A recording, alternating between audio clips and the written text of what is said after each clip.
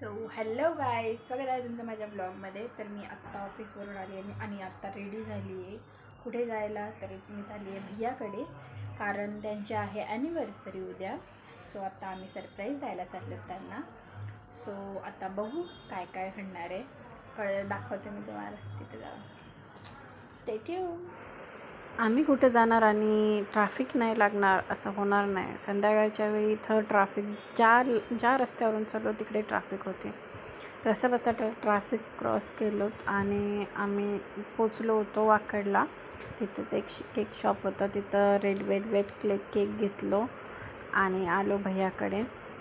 म्हणलं रेड कलरचं heart shape तेच ॲनिव्हर्सरीसाठी बेस्ट राहील. आणि इथं अनोवर बसलेली, वरच्या मजल्यावर गेलेले ते दोघं, खाली आले. हाय भाई, कशा आहात तुम्ही? मस्त ना. मी परत आले.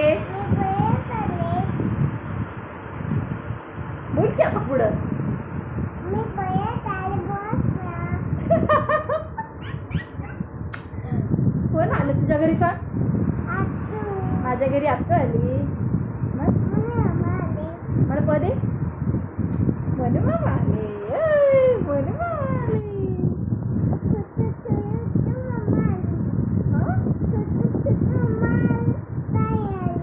मम्मा नाही आली.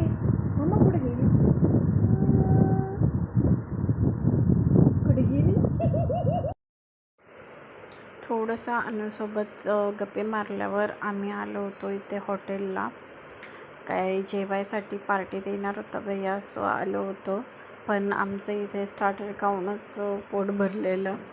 इथे खूप काही स्टार्टरला मागवलेलं भैयानी, मंचुरियन, पास्ता, काय काय मागवलेलं, खूप काही खाल्लेलं. हे ज्यूस पण मागवले. ह्याच्यानेच हे सगळे खाऊनच पोट भरलेलं. त्यामुळे आता काय जेवायला मागवलेलं नाही आम्ही. मग घरी आलो. घरी आल्यावर थोडंसं छोटंसं सेलिब्रेशन केलं होतं. आम्ही आणलेलं केक कट केलं तिथे.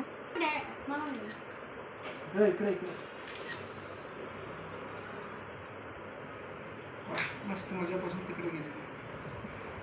कट करू? ते गळाले याच्यात. Happy anniversary. हॅपी ॲनिव्हर्सरी ताई दादा. मुद्दाम म्हणला. थँक्यू. थँक्यू.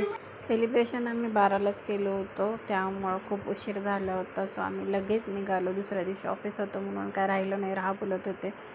आणि आम्ही लगेच निघालो घरी. सो पुन्हा भेटू आपण नेक्स्ट व्लॉगमध्ये. Bye bye.